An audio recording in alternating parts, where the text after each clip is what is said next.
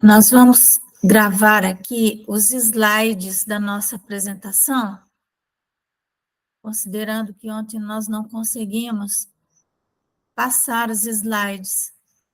Será apenas para registro mesmo.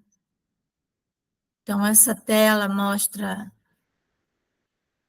aí essa imagem de Jesus, que captada, né, em verdade, uma imagem do cosmos, né, feita por um desses telescópios, mas que nos lembra Jesus. Então, nós vamos passando aqui os slides.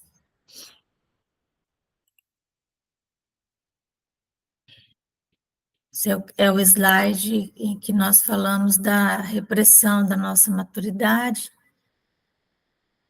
um texto da Ângela Maria Lassa Labatá. Vou ler o texto.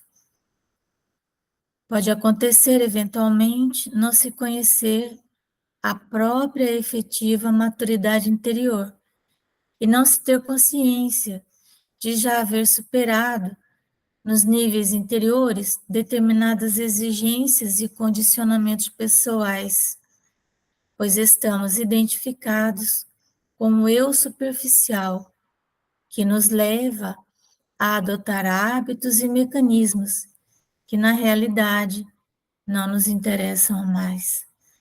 Então, é do livro O Espaço Interior do Homem, Ângela Maria Lassa Labatá, página 29. Esse slide fala dessa reflexão que fizemos a respeito de que cada indivíduo é único, é uma palavra de Deus que não se repetirá. Cada uma dessas folhas, ela tem uma ranhura específica, não se repete. Por todo o universo não se repetirá. Então, se eu sou único, o que eu tenho que fazer nesta vida que pessoa alguma pode fazer em meu lugar? Qual a nossa missão? Qual a nossa vocação? A missão é a tarefa, a vocação é aquilo que a vida nos habilitou, nos deu talentos especiais para realizarmos, independente de para quem, mas são talentos. Cada criatura tem uma maneira única e insubstituível de encarnar a vida, de ser inteligente, de amar, de ser humano. O que verdadeiramente queremos? Ser capaz de escutar o desejo do self. Esse é o grande desafio. Self significa nós mesmos. Eu mesmo, né? Falamos self-service, servir a si mesmo. Esse restaurante self-service significa isso. Self, eu mesmo. Aqui é a fala de Jesus sobre o profeta Jonas, quando pedem a ele um sinal para que a alta sociedade de Jerusalém pudesse se converter, fizesse um milagre. E Jesus, então, se nega a isso. Ele diz que uma geração má e adúltera pede um sinal, porém, não se lhe dará outro, senão o do profeta Jonas. Isso está em Mateus 12, 38 a 41, e 16, 1 a 4. Lembrando que adúltera, geração que alterava o sentido dos textos sagrados. É isso que significa adultério, quando estamos falando de texto sagrado, não é na relação conjugal. Na relação conjugal, uma quebra de contrato. pura e simples, entre duas pessoas. Não altera absolutamente aquilo que nós chamamos o coletivo, né?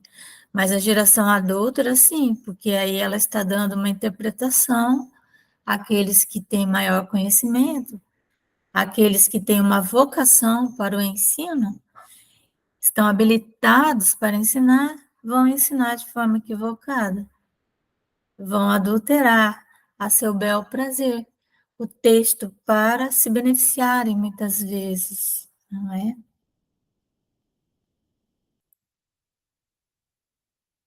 Então, Jonas, significado de Jonas, é uma pomba com as asas cortadas.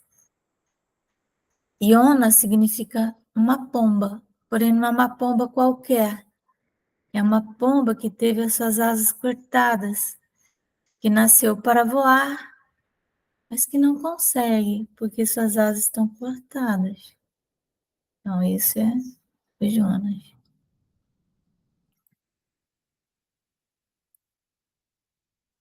Então, quem é? Aí nós contamos a história do Jonas. E quem é Jonas? Ele é a encarnação de um estado de consciência, mas estado de consciência de sono, que a dona Joana tanto fala. É o arquétipo do homem adormecido, que prefere ficar deitado, que não quer levantar, que deseja voar mantendo os pés na terra, que pode abrir-se à transcendência, mas se fecha a ela. Quando essa voz o visita em seu íntimo, ele resiste. Jonas, portanto, é cada um de nós em nosso contato com o transpessoal, com a transcendência. Quais são os medos do Jonas? Essa pomba com as asas cortadas? O medo dele é um medo da transcendência, da própria vocação, daquilo que ele está habilitado para fazer. Quantas vezes nós estamos diante de uma tarefa, a tarefa é nossa e nós não realizamos por medo. Achamos que não vamos dar conta. Né? Se temos uma tarefa, a vida nos vocacionou antes, nos habilitou para aquilo, né? Nenhum general vai dar uma missão sem conceder os meios. Então, o medo dele é que ele não estivesse habilitado o suficiente para realizar o que ele precisaria realizar. Então, são essas oportunidades de servir que nos aparecem e que nós, então, dizemos não para ela, né? O medo do sucesso. Sabemos muitas vezes que se adentrarmos numa determinada área, começarmos a realizar coisas, poderemos ter sucesso e isso gera medo. O medo da diferença que temos para com o outro, de sermos únicos. Isso pode ser assustador. Sabemos que existem coisas que somente nós poderemos fazer, ninguém mais. Medo das mudanças, porque toda plantinha que muda murcha, então nós temos medo de realizar essa mudança. Às vezes temos uma suposta vida estável, mas é suposta. Ela tem uma estabilidade, mas para muitas vezes realizarmos a nossa tarefa, temos que mudar. E então a estabilidade ficará comprometida. O medo de nos conhecermos a nós mesmos, de fazermos esse mergulho no nosso inconsciente, não é? Então, Jonas faz esse mergulho no inconsciente, fica 3 noites dentro do grande peixe, 3 noites de sombra, não é? Então, é isso. Jonas fica em contato com o seu eu sombrio.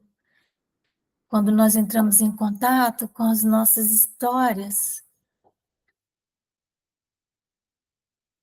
é então um momento, muitas vezes, da depressão mesmo. Né? As dores da alma emergem e nós, então, sofremos. Então, que sinal é esse de Jonas que Jesus nos fala? É o sinal da transformação. O sair do peixe, o sair da sombra, o tornar-se autêntico. Então, é isso. Nós vimos aqui esses slides e agora eu vou fazer uma outra gravação lendo o texto do livro de Jonas, certo?